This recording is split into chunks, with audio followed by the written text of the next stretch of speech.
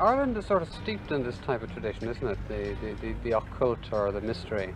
Well, it certainly is in the simple mystery of ghosts, but I think it has faded away a bit in recent years since, since the ESB came in fact.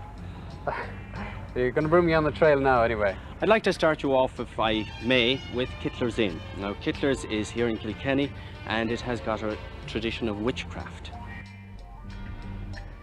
This is where Dame Alice Kyteler lived. She married the wealthiest man in Kilkenny, a man with the name of William Outlaw.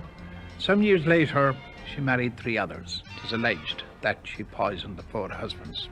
She had children of those, and the children, rather worried, they complained to the Bishop of Ossory, a man with the name of Dr. de Ledred, of the goings-on of their mother. Now, an ecclesiastical court was set up. Dame Alice was tried for witchcraft, also Petronilla, her lady-in-waiting, and the eldest son, William Outlaw. And although she had the Chancellor of Ireland defending her, the case went against her.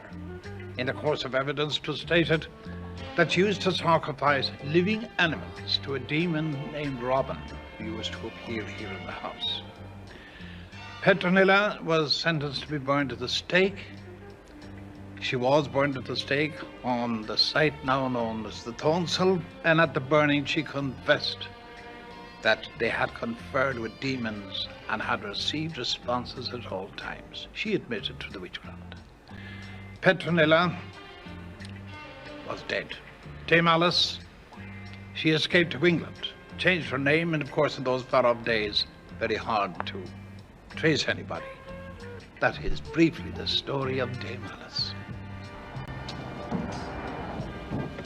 You said, you know, a surprising thing earlier on, that since the ESB came on the scene, the old ghost thing hasn't been what it used to be. This is exactly the point, that ESB shed such a light on the subject. The electricity in Ireland dispelled the gloom, and in fact the gloom was conducive to ghost stories, and I think this is what we've lost, and I do think it's a bit of a pity.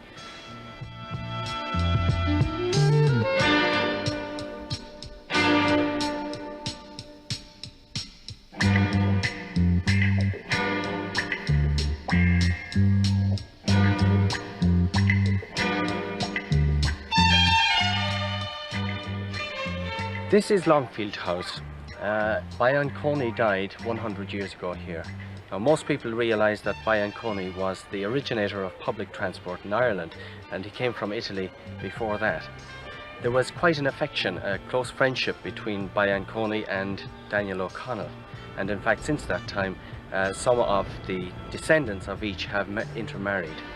But the importance of this house from my point of view is that it has a reputation of ghosts and of hauntings. Well, I think the main story connected with Bianconi is probably around the time when he died. Apparently he died at 4 o'clock in the morning on the 22nd of September, and immediately he died all the stable doors blew open and the horses bolted and the dog started barking, and at the same time a carriage was heard to come up the avenue, which at 4 o'clock in the morning would be rather unusual. And apparently it's meant to come up the avenue every morning, or every year at 4 o'clock in the morning on the 22nd of September to collect Bianconi. It was the hearse.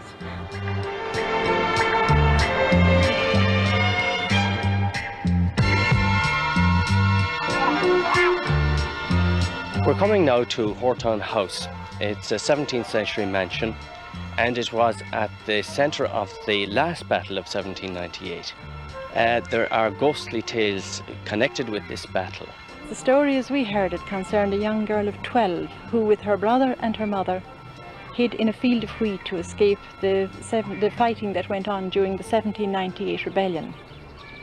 Now, exactly 50 years later, on the exact same date, the 20th of June, this young girl, who was now a grown woman, was travelling along the same road with her young grandson of 8 years of age, in a donkey and cart, and the story says that she was carrying a large crucifix.